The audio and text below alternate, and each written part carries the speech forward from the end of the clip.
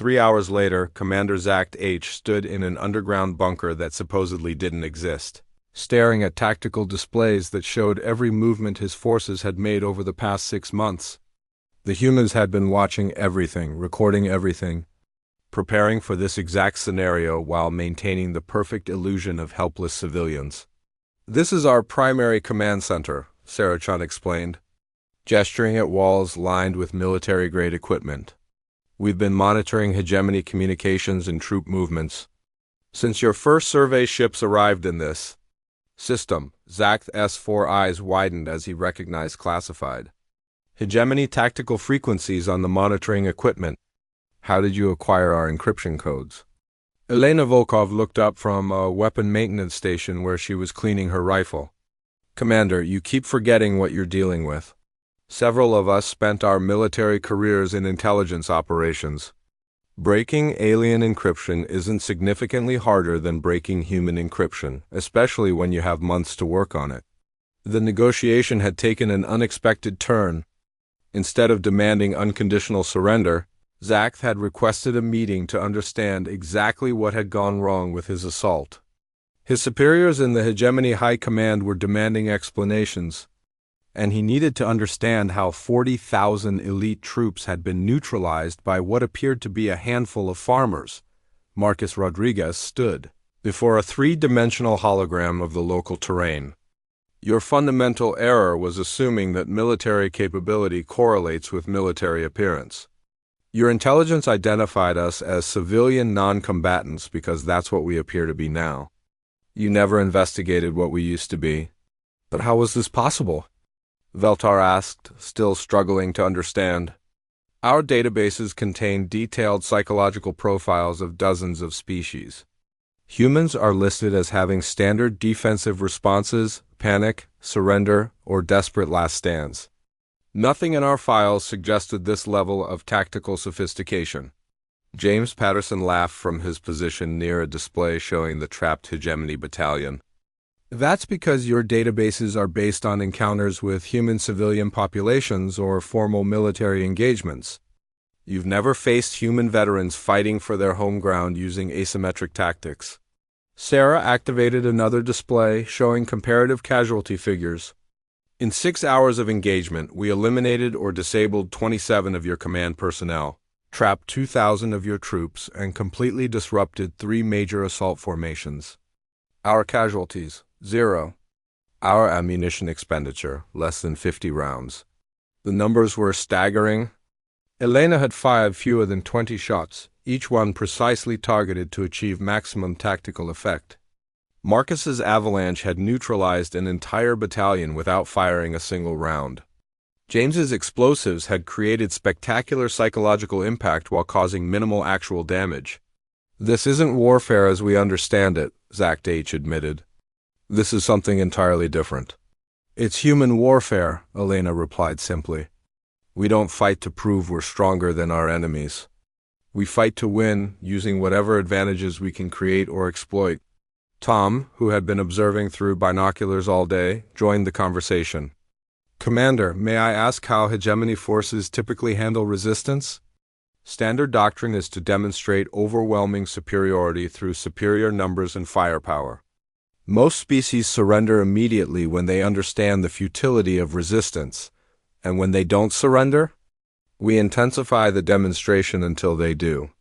No species has ever successfully resisted hegemony expansion." Marcus nodded thoughtfully.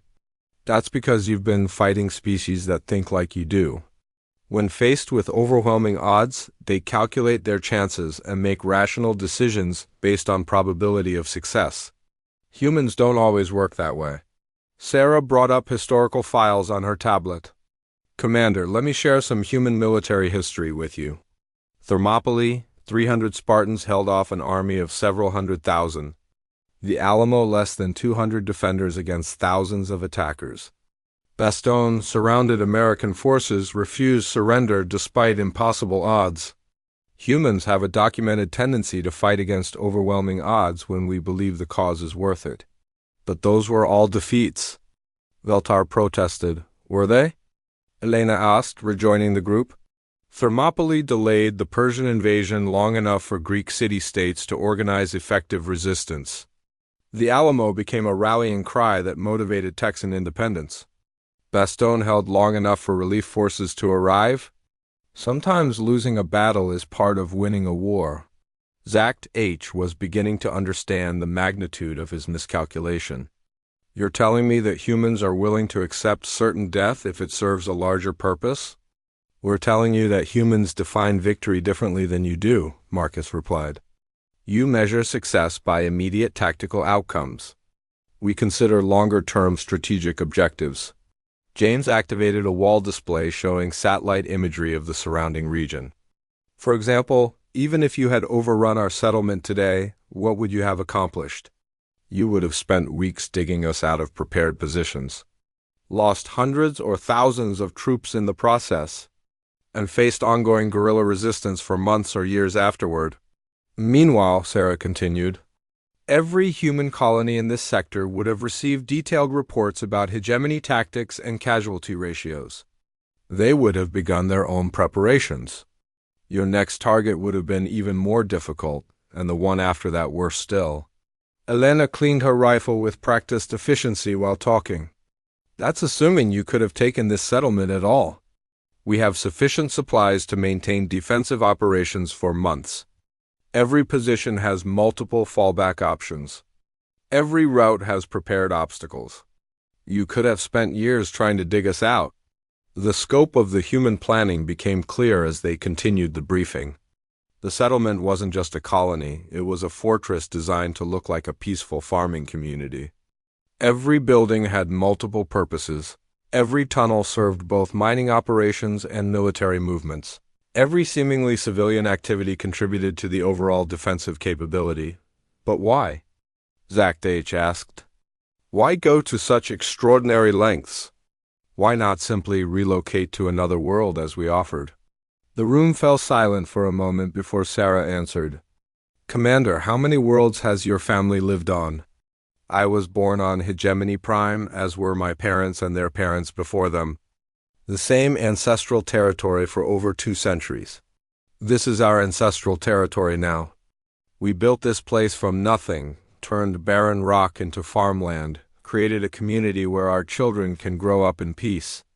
When you've spent years of your life building something with your own hands, you don't abandon it just because someone with bigger weapons wants to take it away.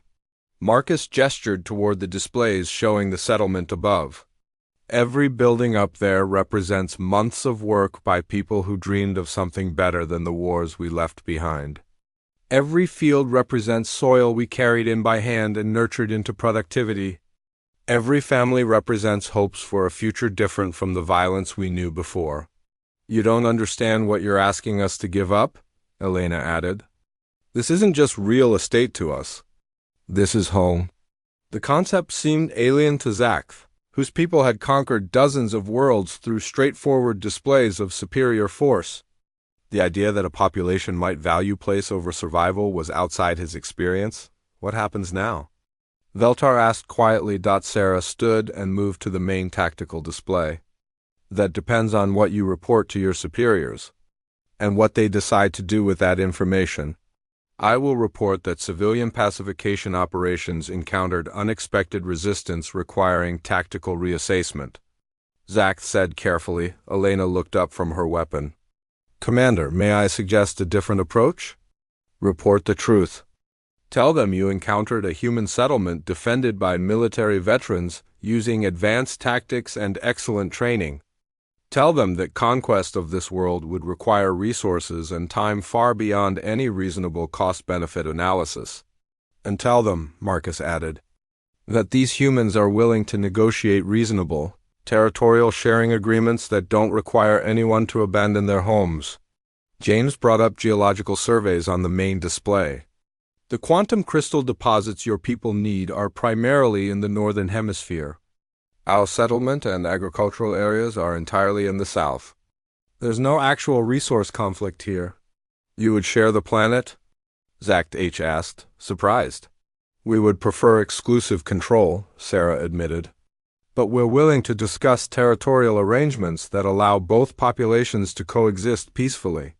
We're not unreasonable people, Commander. We just refuse to be pushed around.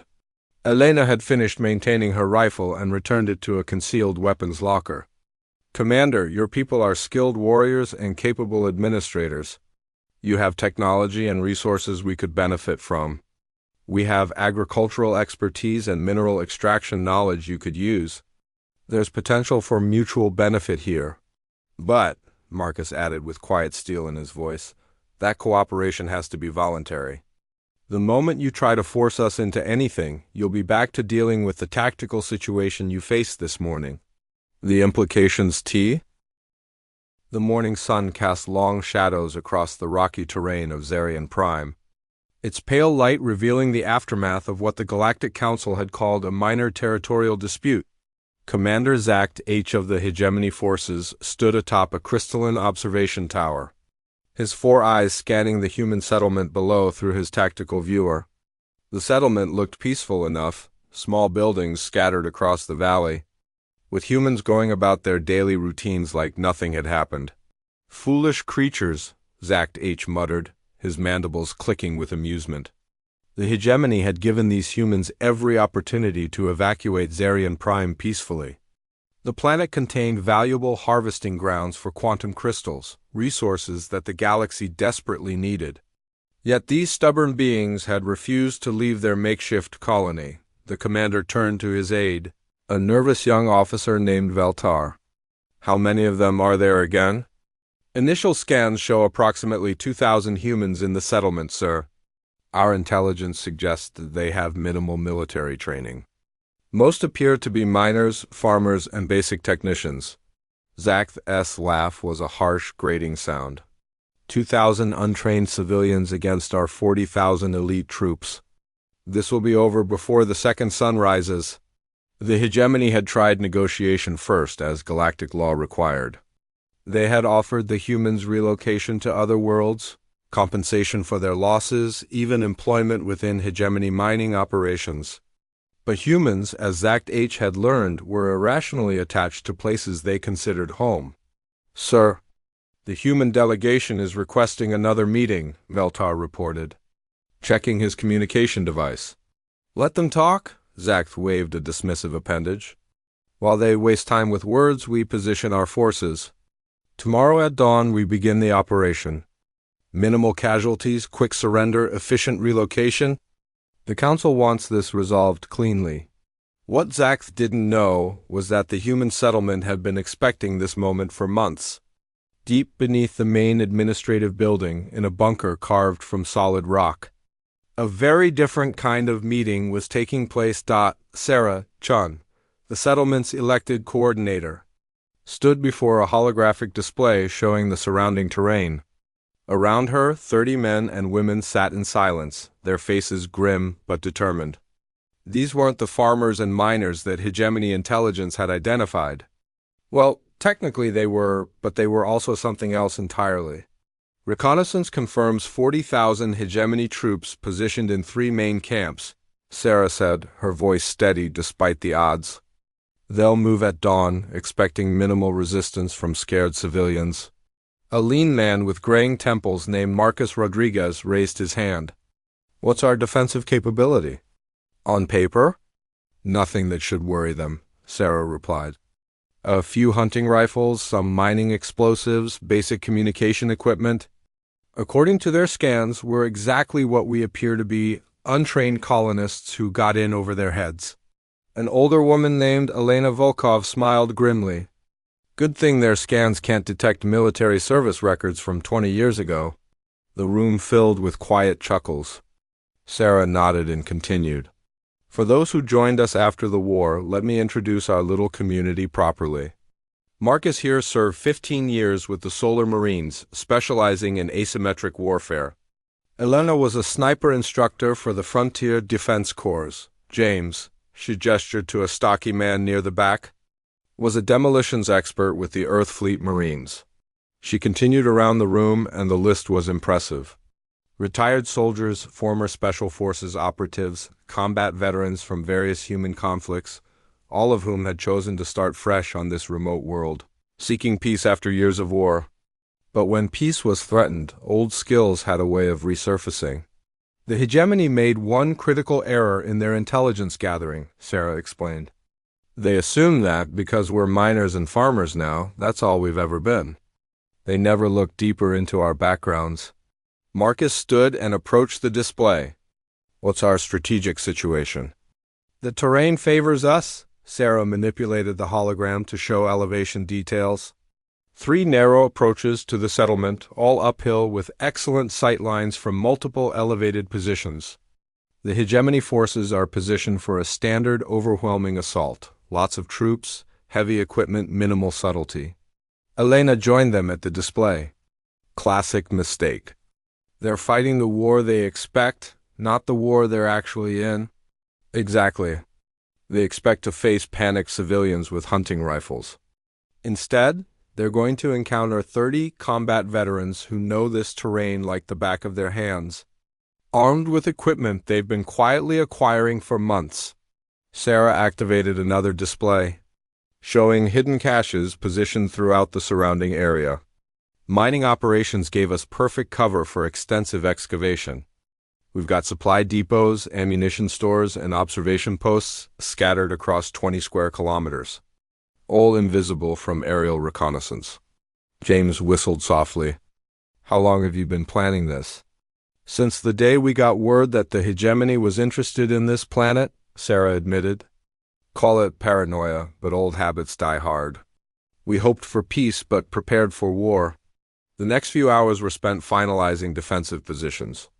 Each veteran would take a sector, utilizing skills that hadn't been needed for years but had never been forgotten.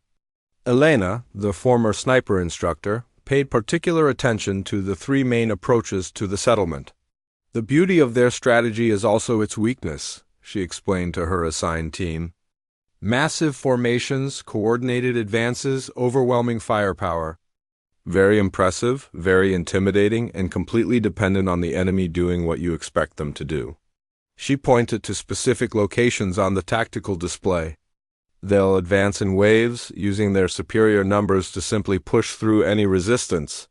Standard hegemony doctrine, it's worked for them in dozens of campaigns against other species, but not against humans? Asked Tom, a younger veteran who had served under Elena years ago. Humans fight differently, Elena said simply. Other species tend to match force with force. When faced with superior numbers, they either surrender or throw everything into one desperate charge. Humans ... We adapt. We use the environment, we exploit weaknesses, we make the enemy's strengths work against them. As night fell, the veterans dispersed to their positions. The civilian population, the real miners and farmers, had been evacuated to underground shelters days ago. What the hegemony would encounter in the morning would be something they had never faced before. Elena made her way to her chosen position. A natural cave system about 800 meters above the settlement's main entrance. Tom and 2 other former soldiers accompanied her, carrying equipment that definitely hadn't come from any mining operation. The cave provided perfect concealment and multiple exit routes, while offering commanding views of all 3 approach routes. Range to the primary assembly area? Elena asked as she began setting up her rifle, a weapon that bore no resemblance to the hunting rifles the hegemony expected to encounter. 1,400 meters to the main force. Varying down to 600 for the closest approach route, Tom replied, consulting his rangefinder. Wind is minimal, visibility excellent. Elena nodded, settling into a position she could maintain for hours if necessary. Remember, we're not trying to stop 40,000 troops. We're trying to make them think twice about what they're really facing. Meanwhile, in the hegemony camps, Commander Zacht H was reviewing final preparations. His forces were positioned perfectly, overwhelming numbers arranged for maximum psychological impact. The sight of 40,000 alien warriors advancing across the valley would surely convince even the most stubborn humans to surrender immediately. Sir, should we attempt one final communication before the assault? Veltar asked. No, they've had their chances for peaceful resolution. Tomorrow, we demonstrate why the hegemony has never failed to achieve its objectives. Zach's confidence was absolute. In 3 centuries of expansion, his people had never encountered significant resistance from smaller populations. Superior technology, superior numbers, and superior training always prevailed. What are our casualty projections? Veltar inquired. Minimal on our side. Perhaps a few dozen injuries from people panicking and causing accidents. For the humans. Zach paused, consulting his tactical computer. Our psychologists estimate that witnessing our advance will cause immediate surrender in 93% of scenarios. In the remaining 7%, we anticipate no more than a few hundred casualties before they see the futility of resistance. As the alien commander settled in for the night, secure in his assumptions, Elena was making final adjustments to her equipment. Her rifle was a masterpiece of human engineering, capable of precision shots at extreme range, equipped with targeting systems that could compensate for wind, gravity, even planetary rotation, but more important than the equipment was the woman using it.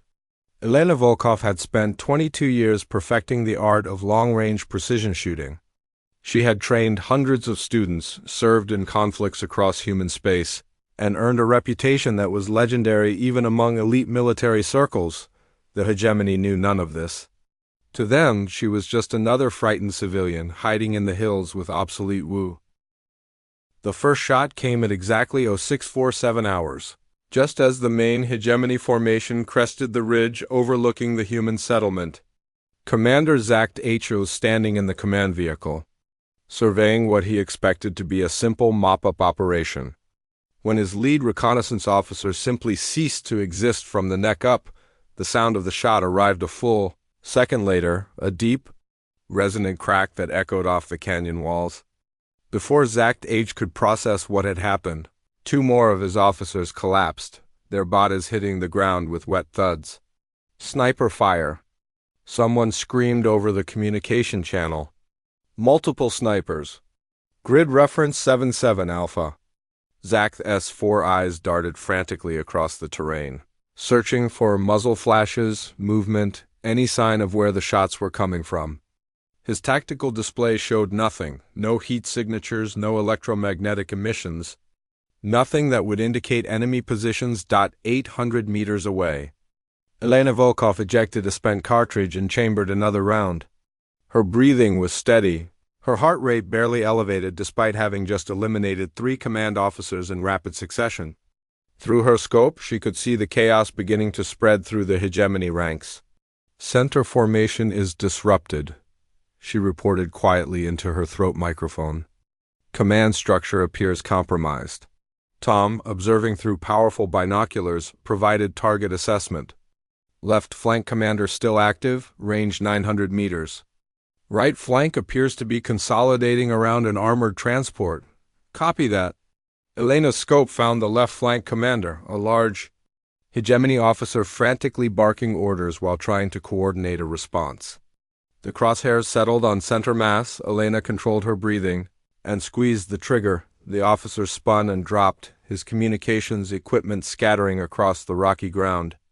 Immediately, the left formation began to waver as subordinates realized their commanding officer was down. This wasn't random chaos. It was surgical precision targeting the hegemony's command structure.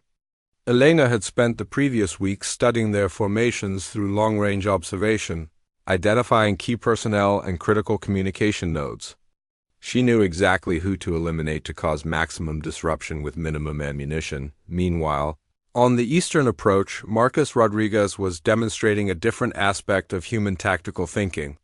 His section had allowed a full battalion of hegemony troops to advance into a narrow canyon before revealing their presence. But instead of opening fire immediately, they had done something that completely baffled the alien forces. They had started an avalanche. The charges had been placed weeks ago, disguised as routine mining operations. When triggered simultaneously, they brought down thousands of tons of rock, blocking both ends of the canyon and trapping nearly 2,000 hegemony soldiers in a natural prison. Eastern Battalion is contained, Marcus reported. No casualties, but they're not going anywhere for several hours. The psychological effect was immediate and devastating. The trapped soldiers, instead of facing human resistance, found themselves helpless in a stone cage. Their commanders outside the canyon faced a terrible choice: attempt a rescue operation that would commit significant resources and time, or abandon 2,000 troops to continue the assault. James, the demolitions expert, had his own surprise waiting for the Western approach. As the hegemony forces moved through what appeared to be the easiest route to the settlement, they triggered a series of carefully placed sensors. James waited until the formation was perfectly positioned before sending a remote detonation signal. The explosions weren't designed to kill, they were designed to terrorize. Shaped charges erupted from concealed positions, creating spectacular fireballs and deafening concussions without actually targeting personnel directly. The message was clear: the humans had turned the entire landscape into a weapon, but it was Elena's continued precision fire that truly unnerved the hegemony command. Every few minutes another officer would fall, always the highest-ranking visible target, always eliminated with a single shot from an apparently impossible range. The aliens began to understand they weren't facing random resistance, but a coordinated defense by people who knew exactly what they were doing. "Sir, we need to withdraw and reassess," Valtar urged, his voice shaking as he watched another communications specialist collapse. "We're facing organized military resistance, not civilian panic." Zakth's mandibles clicked frantically. "Impossible. Intelligence confirmed these are untrained colonists. Where would they acquire military-grade weapons? Where would they learn these tactics?" The answer came from an unexpected source. A human voice, speaking flawless hegemony standard, crackled over their communication channel.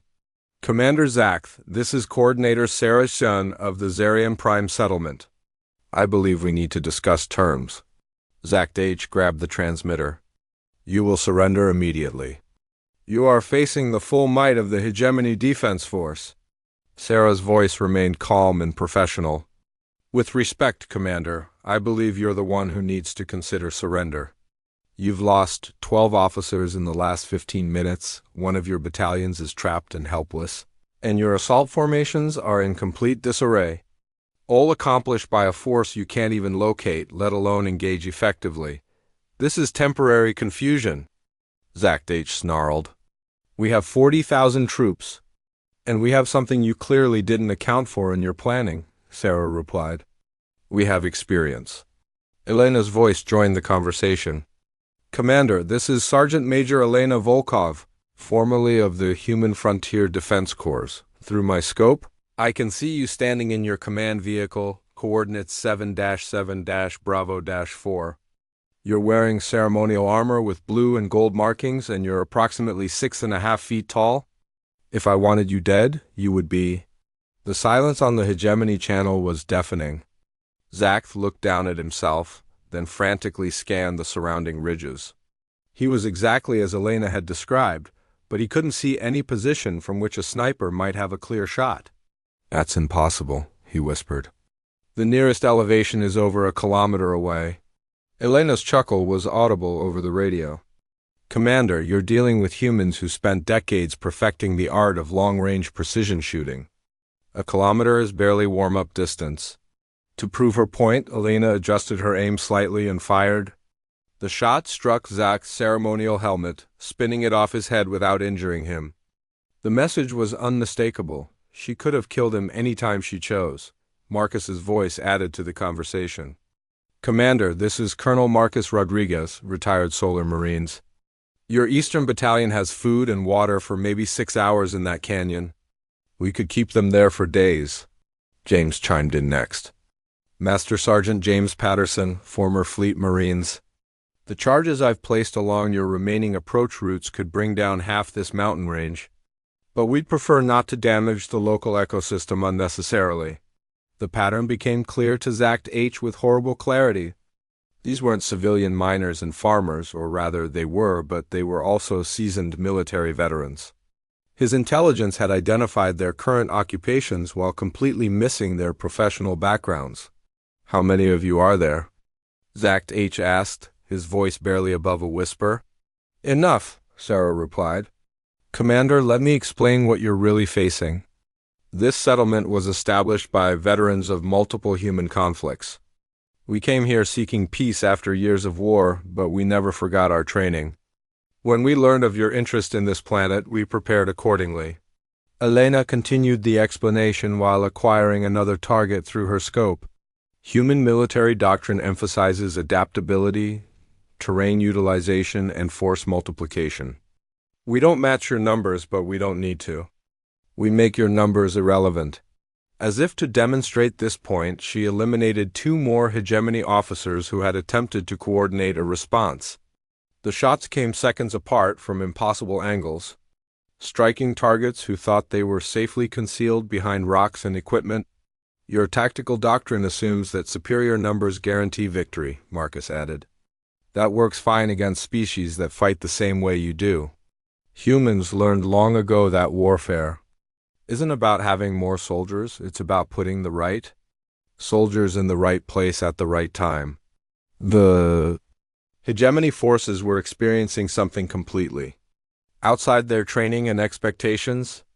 They faced an enemy they couldn't see, couldn't locate, and couldn't engage, but who could strike at will with devastating precision. Every attempt to advance was met with perfectly positioned obstacles. Every effort to coordinate was disrupted by the loss of key personnel. James provided the final tactical assessment. Commander, your forces are brave and well-equipped, but they're not prepared for this type of warfare. You plan for a conventional assault against a fixed position. Instead, you're fighting ghosts who know every rock, every cave, every sight line in this entire region. Zact H. looked around at his forces. What had been an orderly, confident assault formation an hour ago was now scattered across the landscape in confusion. Officers were dead or wounded, communication was disrupted, and morale was crumbling as soldiers realized they were facing an enemy unlike anything in their experience. "What do you want?" he asked final.